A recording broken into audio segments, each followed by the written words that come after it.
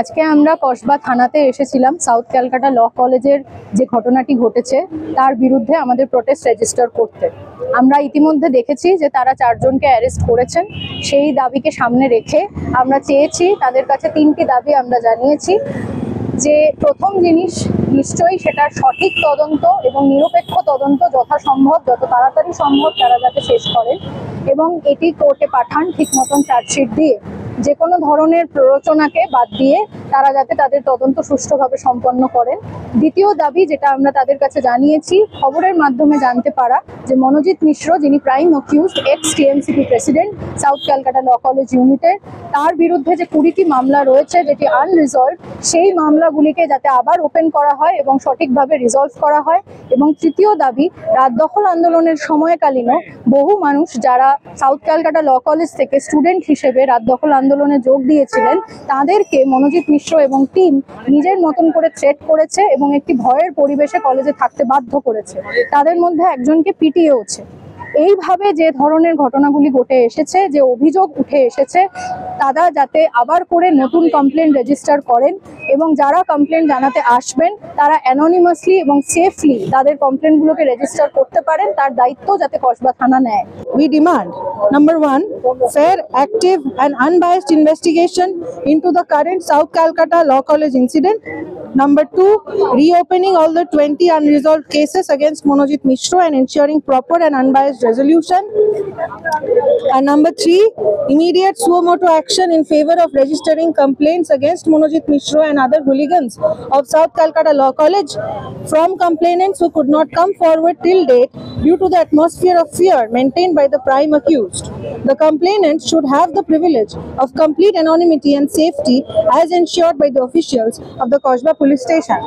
আমরা কসবা থানাকে 1 মাসের সময় দিয়েছি, অর্থাৎ 29শে জুলাই 2025 অবধি সময় দিয়েছি, যাতে এই ডেপুটেশন অনুযায়ী তারা তাদের তদন্ত এবং তাদের প্রক্রিয়া শুরু করে।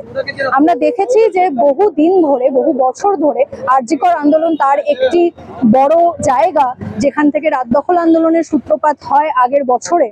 সেই জায়গা থেকে আরজি করের যে ঘটনাটি ঘটে এবং তার পরবর্তীতে যে যে ঘটনাগুলি ঘটে এসেছে, যে যে ধরনের মন্তব্য আমরা দেখতে পেয়েছি, এই ঘটনার ক্ষেত্রেও নারায়ণ ব্যানার্জি এবং মদন মিত্রর যে উক্তি বা কার্তিক মহারাজের যে ধরনের ঘটনা সামনে এসেছে, তামান্নার যে ধরনের ঘটনা সামনে এসেছে, এই প্রত্যেকটি জিনিসকে যদি কাঠামোগত বদল দিয়ে বদল করার চেষ্টা না করা হয় এবং শুধুমাত্র মহিলাদেরকে এখানে বেনিফিশিয়ারি হিসাবে দেখা হয়, তাদের জন্য কয়েকটি স্কিম বা কোনো একটা জিনিসকে ফ্রি করে দিয়েই যদি সরকার মনে করে যে মহিলাদের পাশে যথাযথভাবে দাঁড়ানো হয়ে গেল, তাহলে আসলে এই ধর্ষণ সংস্কৃতি মূল থেকে উপড়ে ফেলা সম্ভব নয়।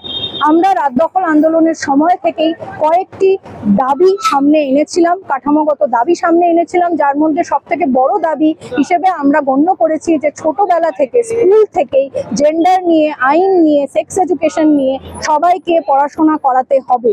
কম্পালসারিলি বাচ্চাদেরকে এই শিক্ষা যতদিন না দেওয়া হচ্ছে, ওয়ার্ক প্লেসগুলোতে যেখানে মহিলারা কাজ করেন, যে কর্মক্ষেত্রগুলিতে মহিলারা যান, সেখানে ক্রেশের ব্যবস্থা করা হচ্ছে, যে যে বাজার এলাকাগুলি আছে সেখানে টয়লেটের ব্যবস্থা করা হচ্ছে, সঠিক রেস্টরুমের ব্যবস্থা করা হচ্ছে। এই ধরনের কিছু কাঠামোগত দাবিকে সামনে রেখে আমরা আমাদের আন্দোলনকে রূপায়িত করেছিলাম। আন্দোলন নিজের মতো নানান রূপে এই মুহূর্তেও জারি রয়েছে এবং বারবার রাস্তায় আমরা নামবই যতবার এই ধরনের কেস উঠে আসবে। আমরা এসে হয়তো কেস স্পেসিফিক কিছু দাবি জানাবো, কিন্তু শুধুমাত্র কেস স্পেসিফিক জাস্টিসই যদি সরকার করার দিকে নজর রাখে, তাহলে বাংলা তথা এই গোটা ভারতে মহিলারা কোনোদিনই নিরাপত্তা পাবেন না। কেস স্পেসিফিক জাস্টিস থেকে বেরিয়ে কাঠামোগত জাস্টিস, অর্থাৎ কাঠামোগত বদলের দিকে যতক্ষণ না সরকার কোনো স্টেপ নিচ্ছে, ততদিন এই ধর্ষণ সংস্কৃতিকে মূল থেকে উপড়ে ফেলা সম্ভব নয় বলেই আমরা মনে করি। রাত দখল, দিন বদল এবং ছাত্রছাত্রীরা মিলে আজকে কসবা থানায় আমরা কিছু ডেপুটেশন দাবি দিয়েছি। সেই দাবির পরিপ্রেক্ষিতে কি অ্যাকশন নেওয়া হচ্ছে সেটা আমরা দেখতে চাইবো 1 মাস বাদে, এবং পরবর্তীতে আন্দোলনকে যদি আরো জোরদার করতে লাগে, সরকারের এই মদতের এগেনস্টে আমাদের যে কোনো জায়গায় যেখানে দাঁড়াতে হবে, আমরা অবশ্যই দৃঢ়ভাবে দাঁড়াবো।